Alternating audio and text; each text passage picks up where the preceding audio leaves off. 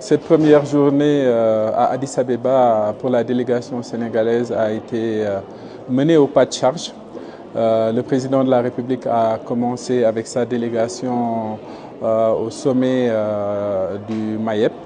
Le MAEP qui est le mécanisme d'évaluation par les pairs. Et lors de ce sommet, les pays ont présenté les rapports. Le Sénégal a présenté le sien, suivi d'une allocution du président de la République.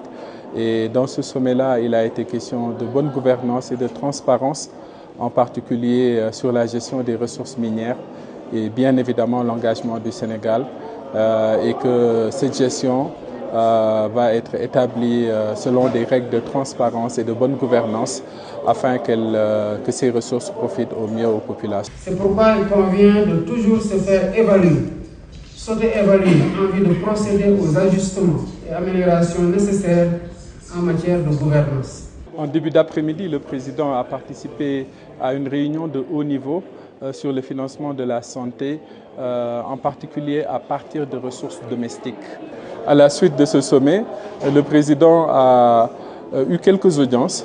Une première audience avec son Excellence Ruto, le président du Kenya, avec qui il a longuement discuté sur le renforcement de la coopération entre les deux pays qui ont beaucoup à offrir. Ils ont souhaité un renforcement de la collaboration entre les deux secteurs privés.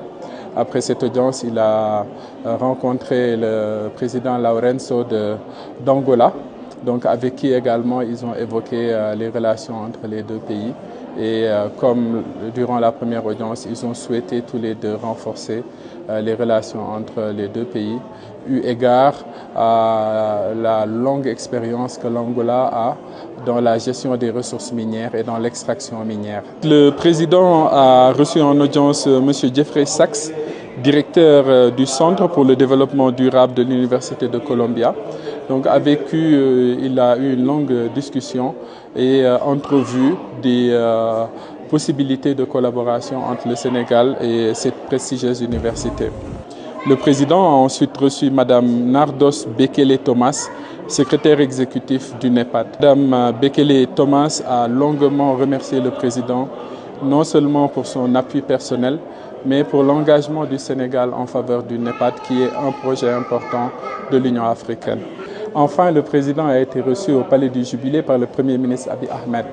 Comme vous le savez, l'Éthiopie a connu un développement fulgurant durant ces dernières années, en particulier dans le domaine infrastructurel, dans le domaine de l'agriculture, de la santé.